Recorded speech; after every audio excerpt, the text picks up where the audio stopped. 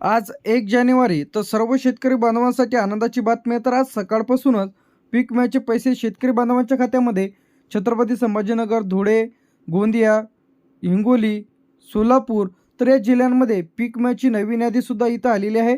तर आता आज 1 जानेवारी 2026 तर आजपासून सर्व शेतकरी बांधवांसाठी गुड न्यूज आहे. तर आजपासून पीक विम्यासंदर्भात एक मोठी अपडेट आलेली आहे. तर आज 1 जानेवारी तर आजपासून सकाळपासूनच पीक विम्याचे पैसे लाभार्थ्यांच्या खात्यामध्ये इथं जमवण्यास सुरुवात झालेली आहे. तर आज खूप मोठी अपडेट आलेली आहे. तर लाईव्ह शेतकरी बांधवांच्या खात्यामध्ये आज पीक विम्याचे पैसे सकाळपासून या जिल्ह्यांची यादी इथं आलेली आहे. तर आता या जिल्ह्यांमध्ये DBTच्या माध्यमातून शेतकरी बांधवांना SMS देखील सुटलेले आहे. काही शेतकरी बांधवांच्या खात्यामध्ये पैसेसुद्धा इथं जमा झालेले आहे. तर आता यामध्ये पीक विमा जे काही अपडेट इथं आलेले आहेत, तर राज्य सरकारकडून काही जिल्ह्यांमध्ये पीक विमा मंजूर करण्यात आलेला आहे. सकाळपासून DBTच्या माध्यमातून अनेक शेतकरी बांधवांच्या खात्यामध्ये पैसे इथं येत आहे. तर आता लगेच तुम्ही तुमचं खातं तपासा की तुमच्या खात्यामध्ये इथं पैसे आले की नाही. तर यामध्ये जे काही पैसे आता शेतकरी बांधवांच्या खात्यामध्ये येत आहे, काही ठिकाणी 7,000 रुपये किती जमा होत आहे, 7,000 रुपये. काही ठिकाणी इथं 12,000 रुपये इथं मिळत आहे, तर काही ठिकाणी 17,000 रुपये. तर आता सरासरी 17,000 रुपये याप्रमाणे शेतकरी बांधवांना पैसे इथं मिळत आहे. हे त्यांच्या पिकावर व टक्केवारीनुसार इथं त्यांच्या पिकावर अवलंबून राहते. तर आता या जिल्ह्यांमध्ये पीक विम्याची रक्कम तर आता 17,000 रुपये किती मिळत आहे, सरासरी 17,000 रुपये याप्रमाणे पैसे इथं मिळत आहे. तर आता यामध्ये खरीप आहे तर रब्बी आहे. तर आता रब्बी किंवा खरीप तर आता यामध्ये अहमदनगर, अकोला, अमरावती, छत्रपती संभाजीनगर, बुलढाणा, भंडारा, चंद्रपूर, धुळे, गडचिरोली, गोंदिया, हिंगोली, जालना. तर आता यामध्ये जालन्यामधून असाल हिंगोली, गोंदिया, धाराशिव, धुळे, चंद्रपूर, भंडारा, बुलढाणा, छत्रपती संभाजीनगर, अमरावती तर या जिल्ह्यांमध्ये आता किती मिळत आहे, 17,000 रुपये याप्रमाणे DBTच्या माध्यमातून आधार लिंक बँक खात्यामध्ये पैसे इथं येत आहे. तर आता लगेच तुम्ही तुमचं खातं तपासा की खात्यामध्ये पीक विम्याचे पैसे इथं आले की नाही.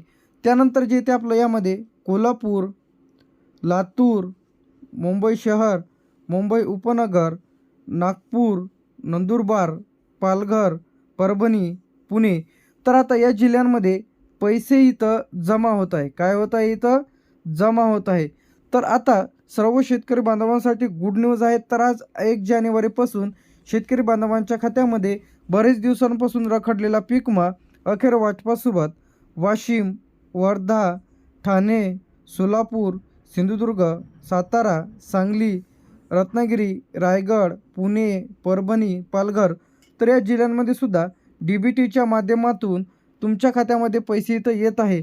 तर लगेच तुम्ही तुमचं खातं तपासा की तुमच्या खात्यांमध्ये पैसे आले की नाही. तर त्यानंतर इथे आपलं नाशिक, जळगाव, बीड, नांदेड आणि यवतमाळ तर हे जे काही जिल्हे आहेत तर हे जे 5 जिल्हे आहे कोणते, तर यामध्ये नाशिक, जळगाव, बीड, नांदेड आणि यवतमाळ तर हे जिल्हे काय आहे, पेंडिंग आहे. तर या जिल्ह्यांमध्ये टाईम लागणार आहे पैसे जमा होण्याकरिता.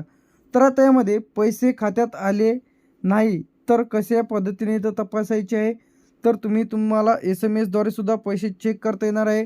बँक पासबुकवर एंट्री करून घ्या. प्रधानमंत्री पीक विमा योजनेच्या ऑफिशियल पेजवरती जाऊन चेक करता येणार आहे किंवा 14447 तर हा हेल्पलाईन नंबर आहे. तर या हेल्पलाईन नंबरला कॉल करून तुम्ही तुमच्या पीक विम्याची तक्रार करू शकता.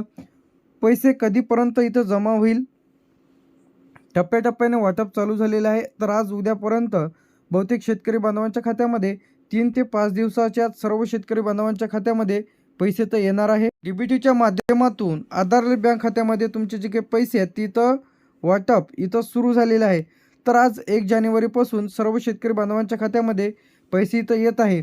तर आता पीक विमा किती मिळते, तर काही शेतकरी बांधवांच्या हे त्यांच्या पिकावर व टक्केवारीनुसार अवलंबून राहते.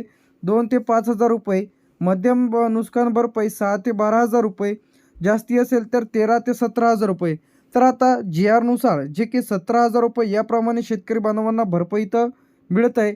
पैसे खात्यात आले नाही तर तुम्हाला काय करायचे आहे, सर्वप्रथम तुम्हाला बँक पासबुकला आधार लिंक आहे की नाही तपासा. KYC पूर्ण आहे की नाही, SMS आले की नाही, जे काही पीक विम्याच्या पेजवरती जाऊन चेक करता येणार आहे. त्याचप्रमाणे तालुका कृषी कार्यालय, काय महत्त्वाचं आहे, तालुका कृषी कार्यालय पीक विमा कंपनीशी संपर्क करा. Helpline number 14447. तर हा हेल्पलाईन नंबर आहे. तर आता कोणाला पैसे इथं मिळणार आहेत, ज्यांनी पीक विमा भरलेला आहे, ज्यांचे नुकसान भरपाई म्हणजे ज्यांचे पंचनाम्यामधील अर्ज इथं अप्रूव्ह झालेले आहे, यादीमध्ये त्यांचं नाव आहे. त्यानंतर ज्यांचे फॉर्म अर्ज इथं अप्रूव्ह झालेले आहे, त्यासाठी इलिजिबल आहे, सर्वेमध्ये त्यांचं नाव आहे, त्यांच्या शेतातील सर्वे इथं कंप्लीट झालेले आहे, तर असे शेतकरी बांधवांच्या खात्यामध्ये पैसे इथं येत आहे. तर यानंतर पैसे कोणाचे अडकू शकते, आधार लिंक नाही, KYC झालेली नाही आहे. त्यानंतर यामध्ये महत्त्वाचा जो काही पॉईंट आहे म्हणजे त्यांच्या शेतातील पंचनामे झालेले नाही, तर अशांचे पैसे इथं अडकू शकते. तर आता ज्यांचे अप्रूव्ह झालेले आहेत तर अशांच्या खात्यामध्ये पैसे इथं येत आहे. तर आता यामध्ये जे काही मंजूर व वाटप सुरू झालेलं आहे, अहमदनगर, अकोला, अमरावती, छत्रपती संभाजीनगर, बुलढाणा, भंडारा, चंद्रपूर, धुळे, मुंबई शहर, मुंबई उपनगर, लातूर, कोल्हापूर, जालना, हिंगोली, गोंदिया, उस्मानाबाद, धाराशिव, नंतर उपनगर, नागपूर, नंदुरबार, पालघर, परभणी, पुणे, रायगड, रत्नागिरी, सांगली, सातारा, सिंधुदुर्ग, सोलापूर, ठाणे, वर्धा, वाशिम, गडचिरोली, तर या जिल्ह्यांमध्ये पैसे इथं वाटपास सुरुवात झालेली आहे. तर लगेच तुम्ही खातं तपासा की तुमच्या खात्यामध्ये आले की नाही.